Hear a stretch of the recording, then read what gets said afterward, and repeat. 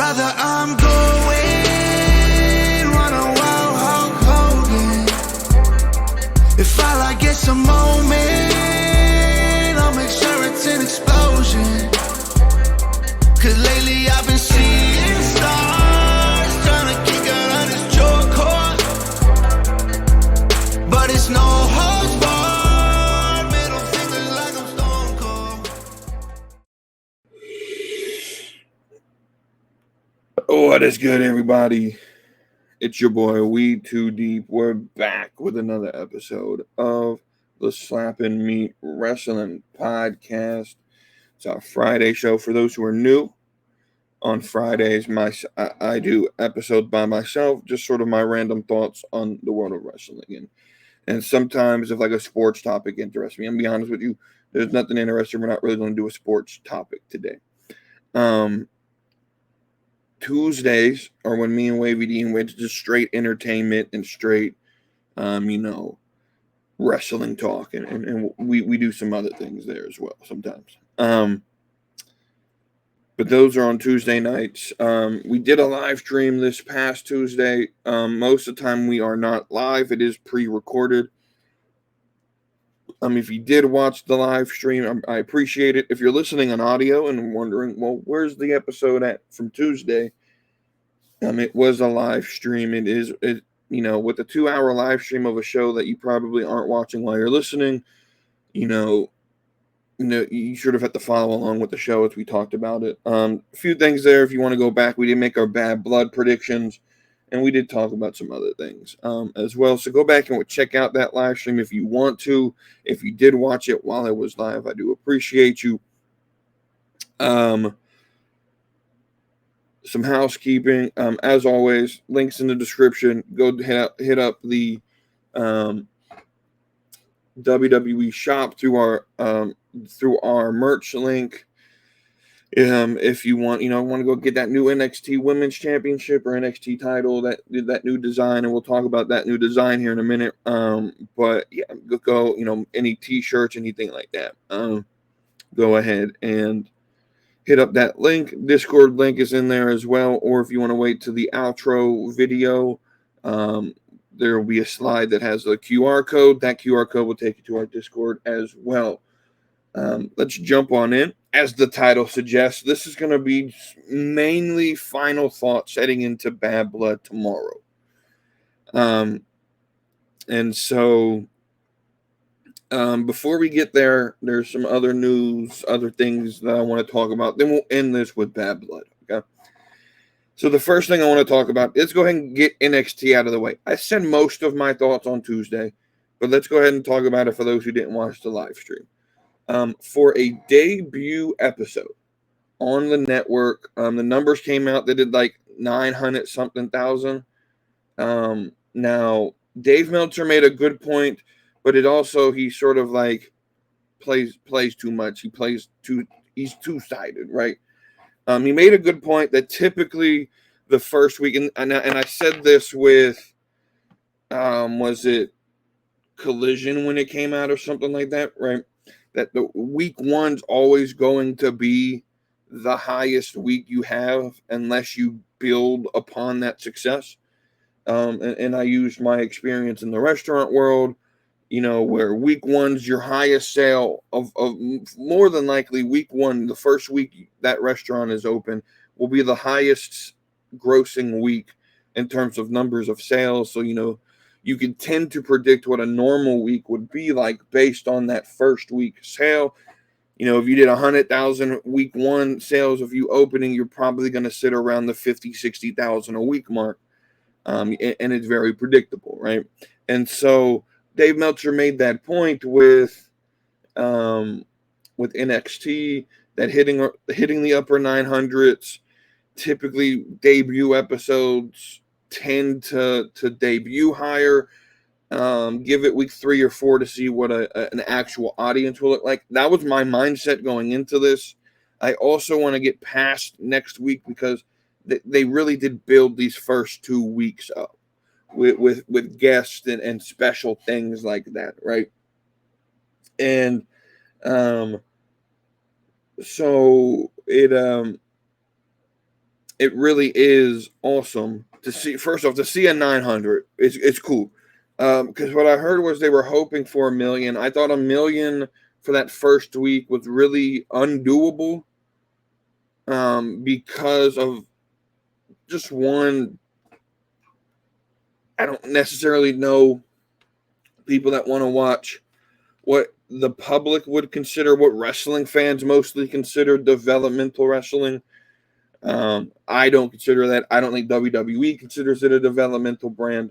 But I also, going in, figured it wouldn't hit 1 million because some of the audience, I believe they could have got some more of the casual, I don't watch wrestling every week type audience, was watching the biggest event of the night, which was the vice presidential debate. And we're right, that had like 63 million people watch it. And I don't know if that was just online or if that was online and streaming elsewhere. Because other for other brands, for example, just to give an example, like Daily Wire and The Blaze, they sort of simulcast the debate to where, like, if you subscribe to The Blaze, you could watch their live stream coverage of the debate, and they simulcasted the debate, right? And so, I don't know if that's with all of that, and like I think the network was CBS. CBS gives permission for that to happen. So I don't know if it was 63 million on live, cable TV that watched it, or whatever. But the point that I'm saying is NXT had big competition that night with that debate, and so to see a 900, I was very pleased as a fan of NXT. I hope that momentum continues. I think they're going to average out around 700, 800,000 people. I think that's what they'll average out on a typical Tuesday. And so for the show itself, like I said on Tuesday, that episode was your typical episode of NXT with maybe the Bianca Jade situation that tended to be the only, I guess, thing that typically wouldn't have happened, but a run-in would have happened in that situation. It just happened to be Bianca and Jade running in to help Kalani Jordan. Rather, typically it probably would have been like I'm trying to think of two super faces on NXT right now in the women's division. I'm thinking like Sol, it probably typically would have been like a Sol Ruka and a insert random name here type person, right? Typically, if it wasn't Fallon, who was a heel, I would say Fallon Henley, but she was the one. She's now in that heel, toxic attractive ripoff, Fatal Influence, and so I'm gonna tell you something. If you watch that live stream, there were two moments when I kind of marked out a little bit, and that was when Cora Jade showed up. And then when Bianca and Jade showed up. So Cora showed up, attacked Julia. Roxanne retained the title. I like this. It's a callback to previous history. Now they're back on the same page, from their tag team when they won the Women's Dusty Cup and all of that. It also is a protected finish for Julia, to where she doesn't just get beat clean on her first match. Now she has a reason to go after Cora. It's interesting because we're heading into Halloween Havoc at the end of this week, or excuse me, this month. Halloween Havoc at the end of the month, and it's kind of interesting to see where we may be playing out. They aired a promo, and it was confirmed that it was Delta and that she will debut at Halloween Havoc. I don't know much about her. I'm a little bit intrigued to watch her. She is, I think, Australian or something like that, right? And so that'll be interesting. But I'm interested more so in the women's title picture, because you have Roxanne Julia, of course, Stephanie Vakir called out the winner of the match You now have Cora maybe in the picture, Jada Parker maybe in the picture, Lola Vice. I don't know what's going on with them. I'm assuming Jada and Lola will be in a feud together, and so that sort of takes them out of the main title picture. But we have Stephanie Vakir, Julia, Roxanne, Cora. Is it going to be a fatal 4-way? Are we going to do, is the 4 weeks leading into Halloween Havoc, is that going to just be random matches? Like I'm very intrigued in how that title match is going to look. While we're speaking on the title subject, I don't hate the new titles. I don't love them either. They'll have to grow on me. They're the UFC style, like small logo in the middle. I kind of figured it would happen eventually with the new rebrand of the logo. They basically just patched the new logo on. They put a globe on the title, which to me symbolizes, hey, this is a world championship. I've had these arguments with people online. Oh, the NXT title's not a world championship. Well, why not? It's been defended in other countries before, but also, like, it's the main title of that brand, right? They put a globe behind it, the sort of traditional, like, WWE, like, globe with the NXT logo on it. I don't hate it. I'm not the biggest fan of it at first. I am happy, though, that we don't have that giant-ass X on the titles anymore.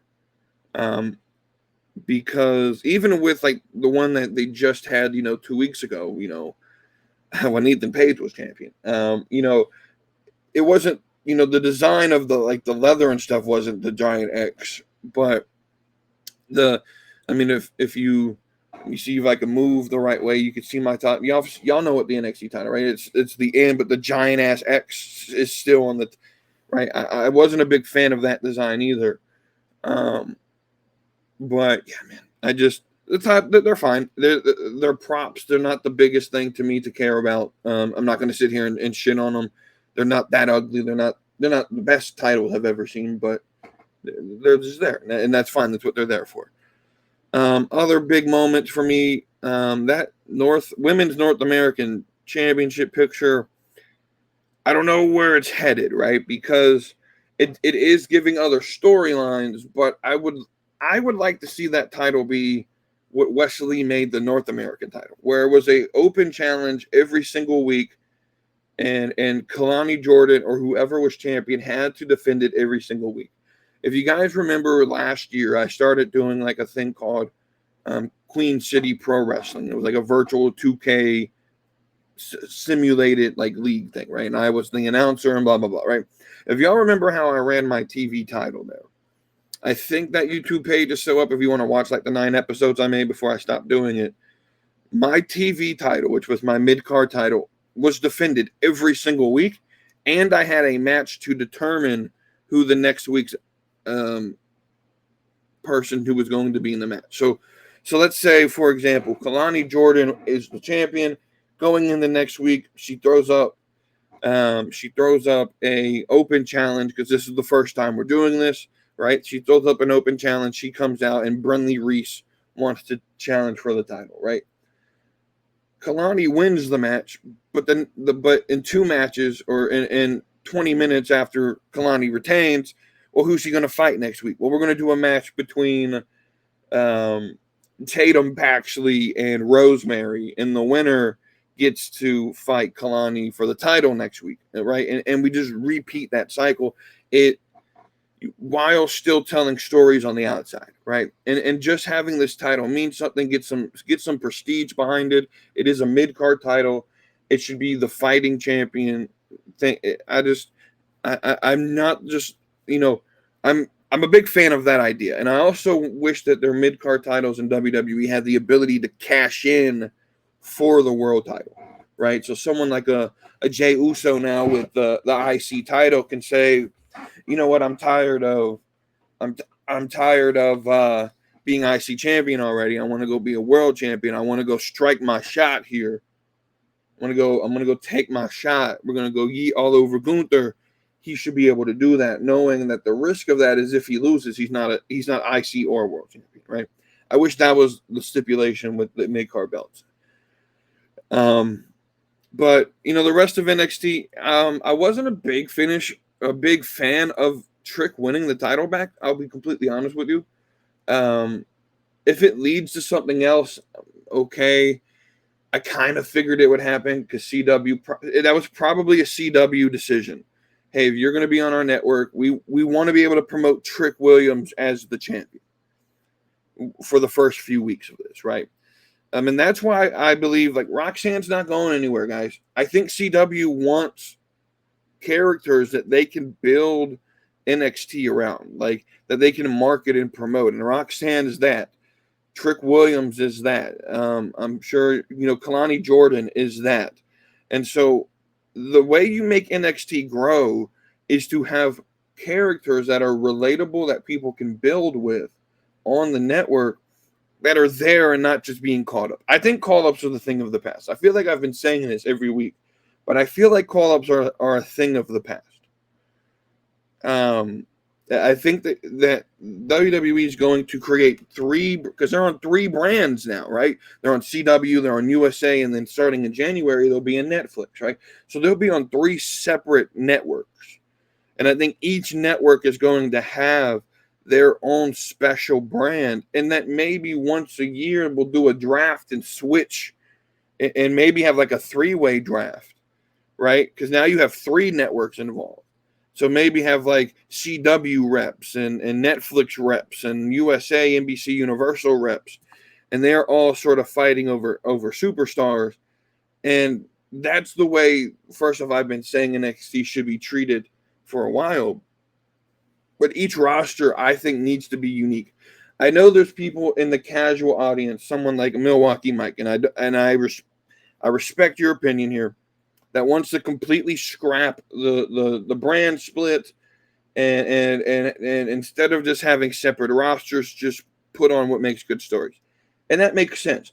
But let's understand, we've tried that before. WWE's done that for most of the mid-2000s, early 2010s.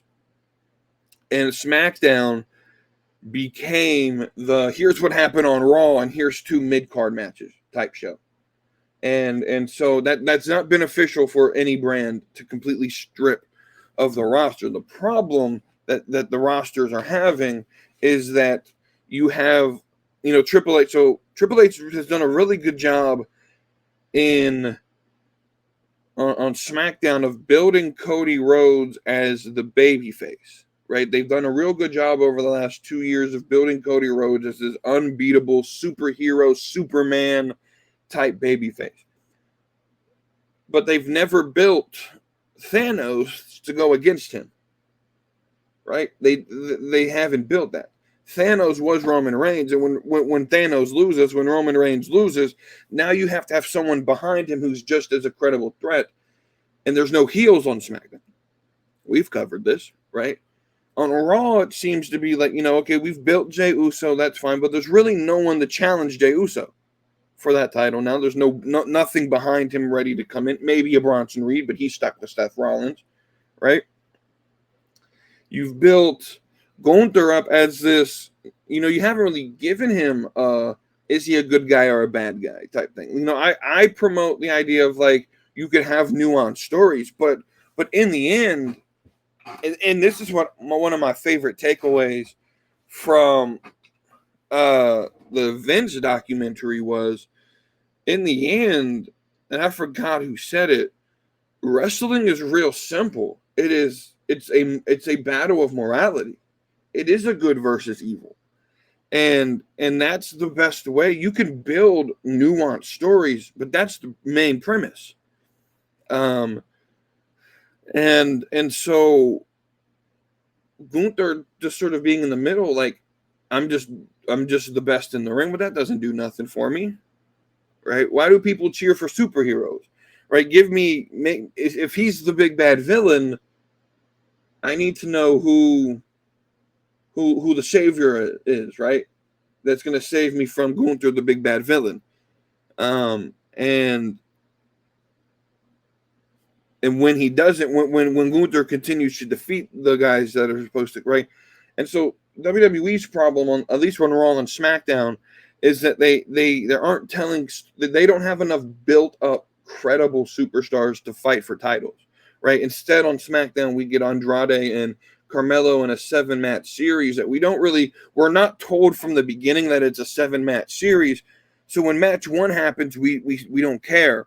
And then we tune in next week and match 2 happens, and we're like, okay, we're doing this again. Okay, we'll do probably one more week on week 3, but then week 4 happens, and okay, well, nothing's coming from this. Week 5 happens, right? Week 6 happens, and now they're 3-3. We know what's coming. Now it's a week 7, but none of us cared. We stopped caring 6 weeks ago. Right? And so that's the issue that we're having. It isn't that it's a brand split.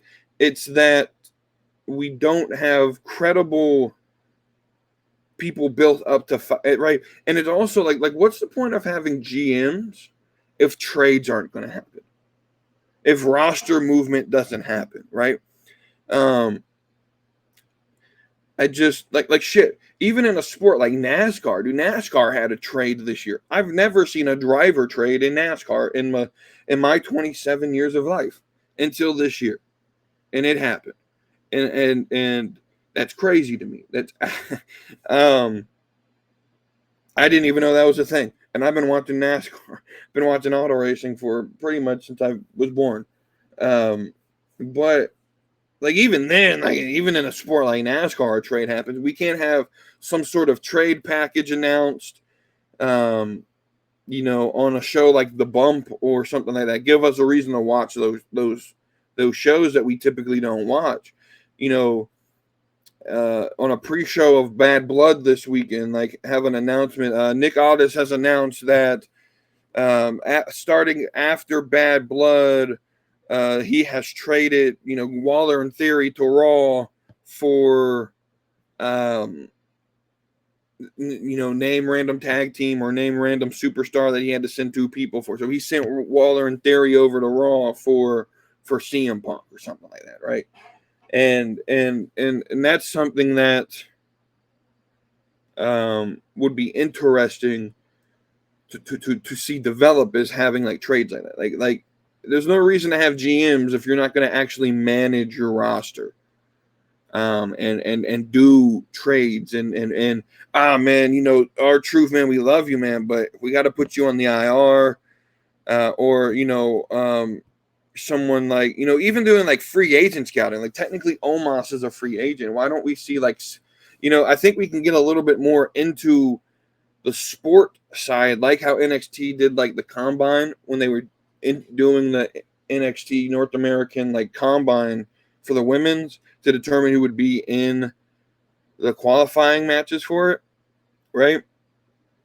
And they did like the combine, which was obviously scripted, but you could still build a story around it, right?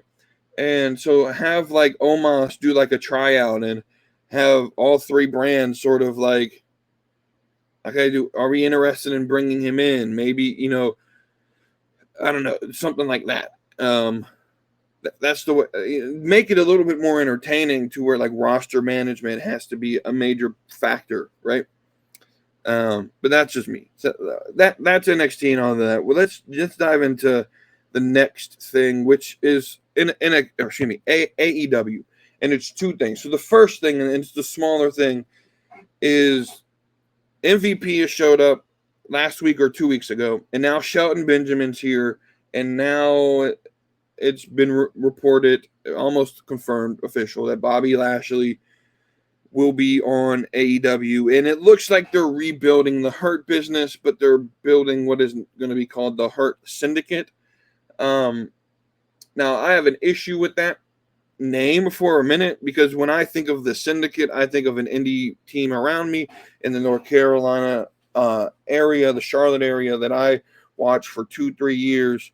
The Syndicate is Elijah Evans, Savannah Evans, Tommy Thomas, I can't think of the 2 enforcers' names off the top of my head. Montana Black and TJ Boss. And I have a picture of them. Give me a second. I'm looking for it.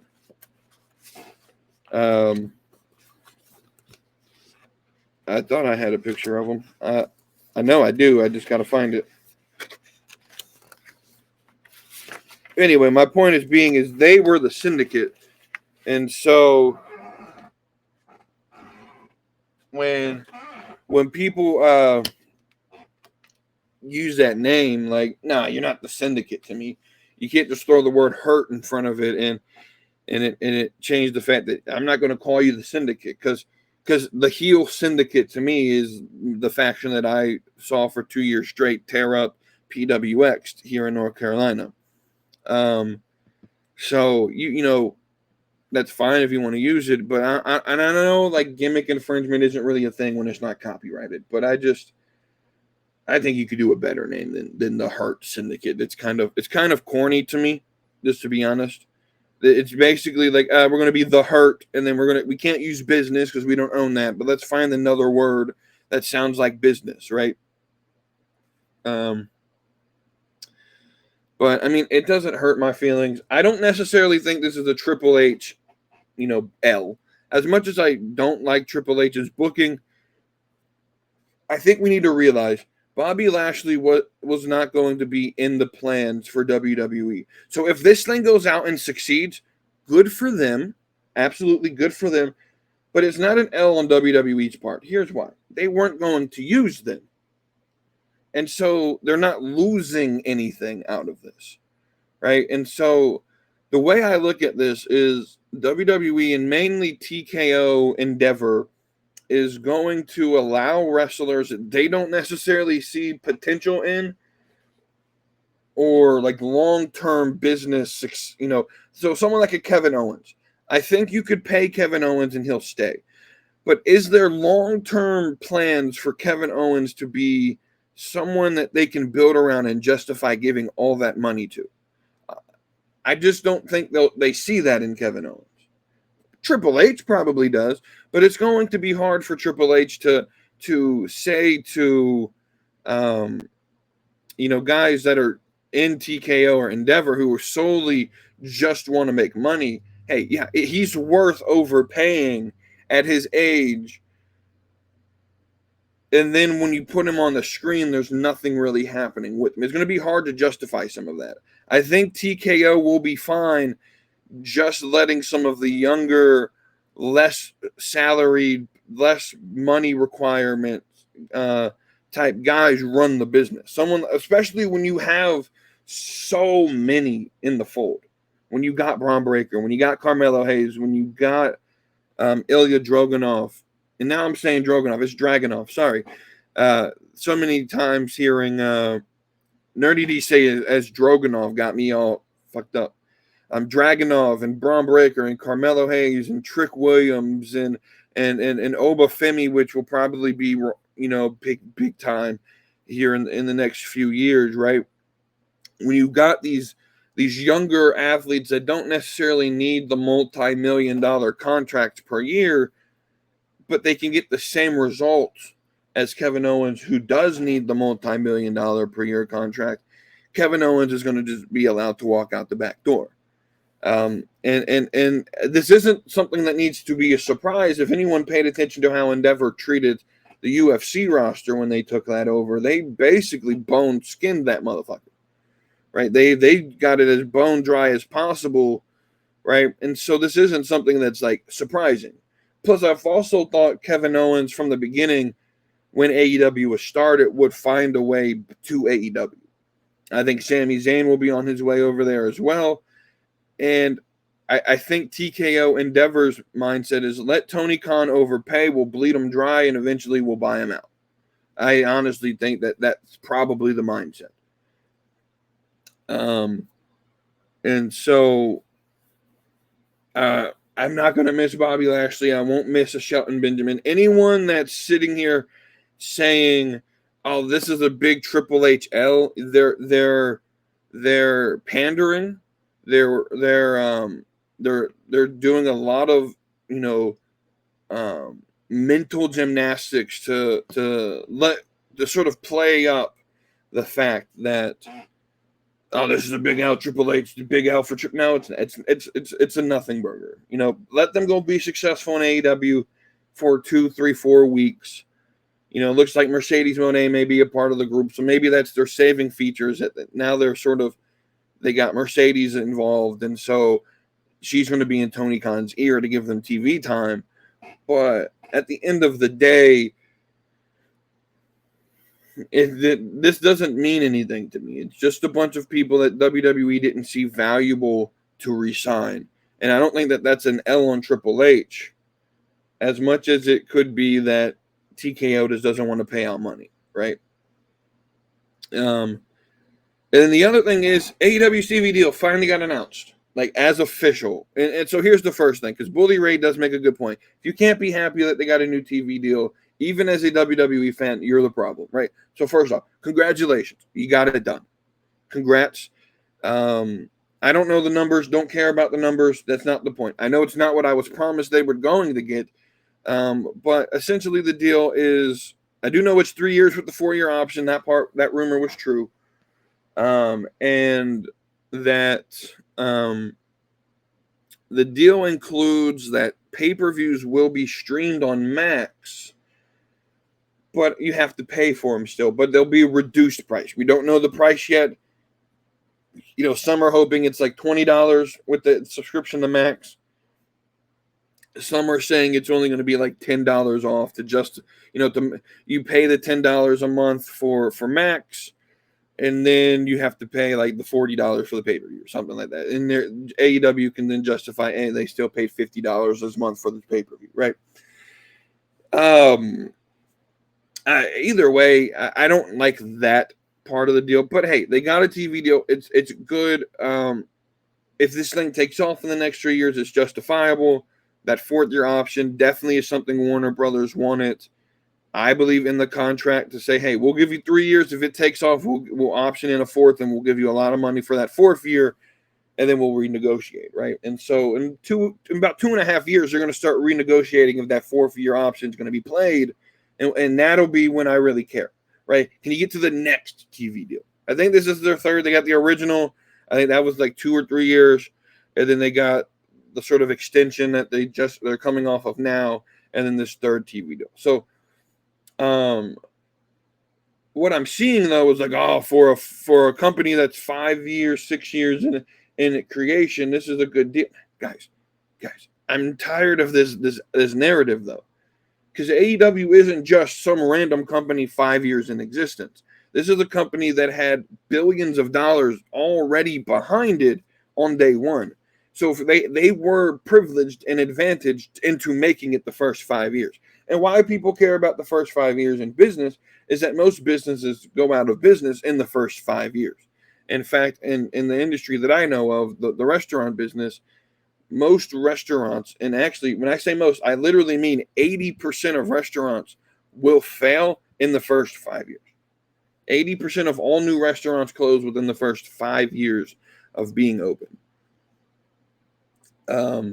And so, look, they made it 5 years. Congratulations. But it's not like we didn't expect them to make it 5 years. They had billions of dollars in potential monies behind them due to who the owner is, and Shad and Tony Khan, right? And so they had the money to sustain running that business even at a loss.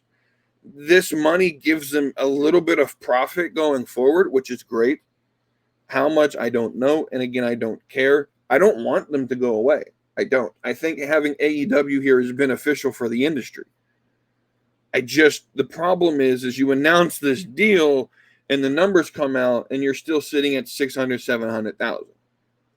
And so you have to do something to address this lack of audience participation in watching the show.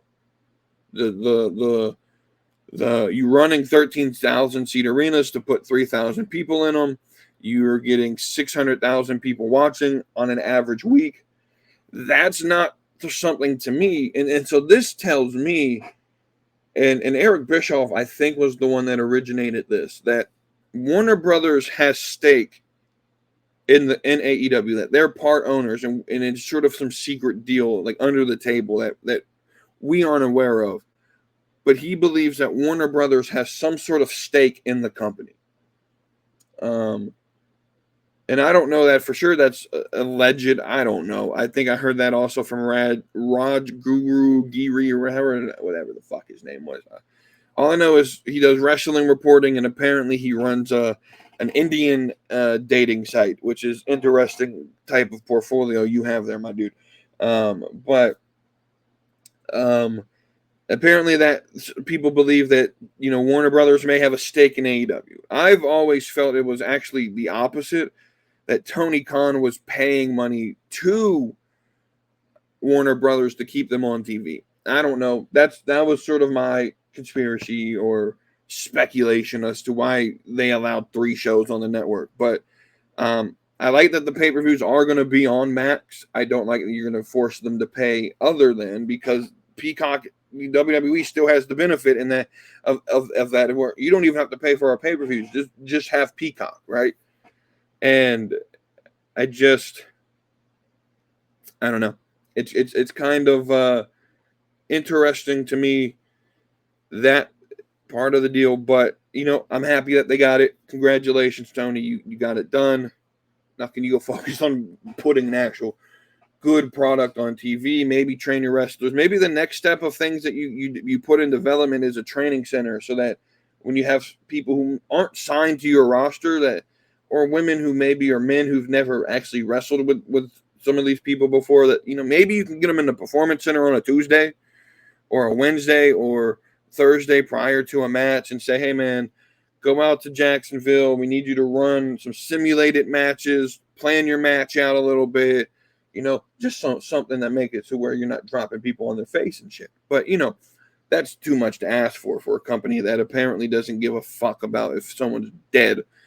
But anyway, we'll move forward to my final thoughts on Bad Blood.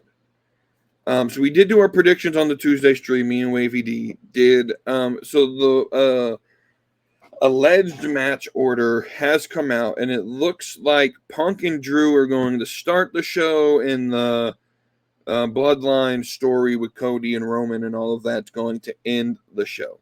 Now, this only happens if something big's going to happen at the end. This only happens if something big is going to happen at the end. So I have 3 theories. 3 theories as to what happens at the end of Bad Blood.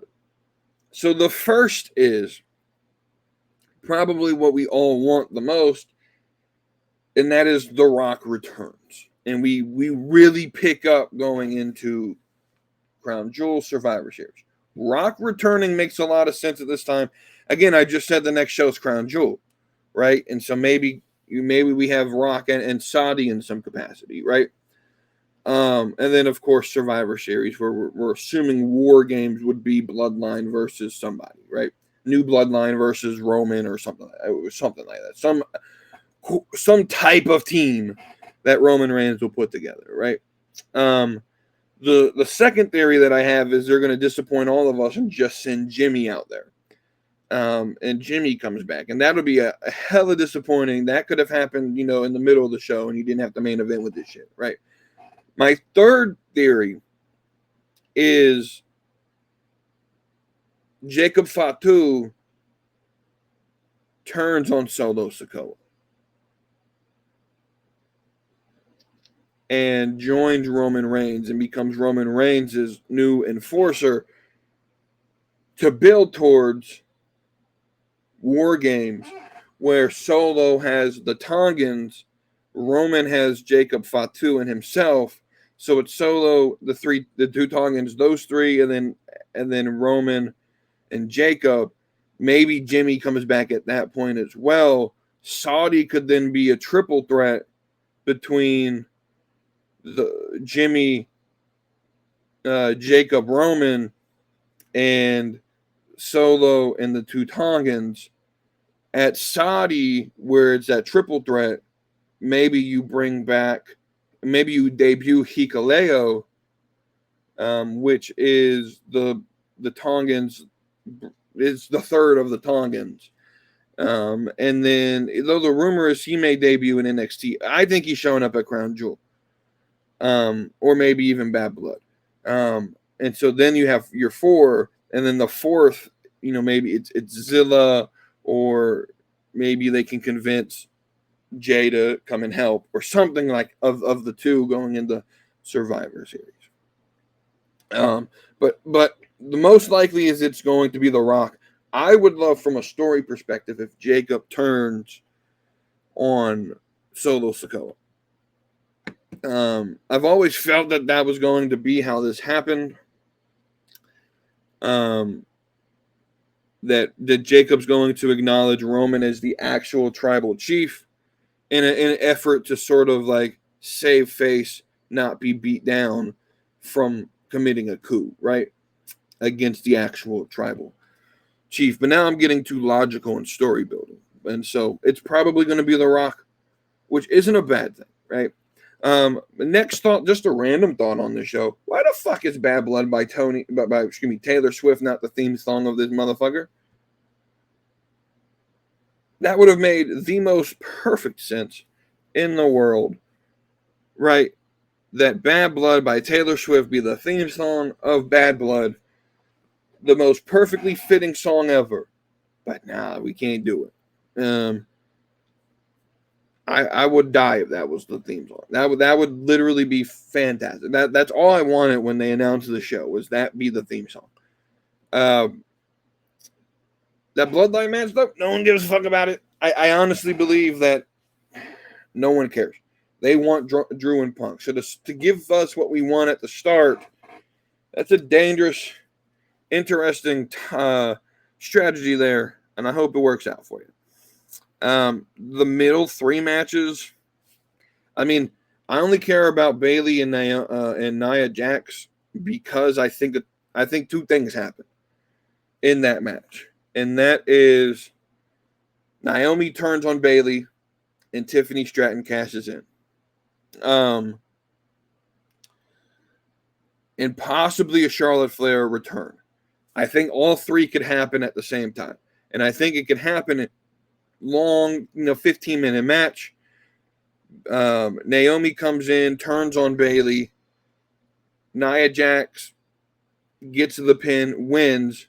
Tiffany Stratton then comes out, looks like she's going to congratulate her, hits her upside the head or something with the briefcase, cashes in, wins the title, and then Charlotte Flair in all her majesty comes out and just stares down Tiffy, and we build towards WrestleMania. That's what I would do. And I know people are like, well, you don't need a 6-month build between Tiffy and Charlotte. Yeah, you do. Yeah, sure you do. I don't see, it's not going to hurt nobody.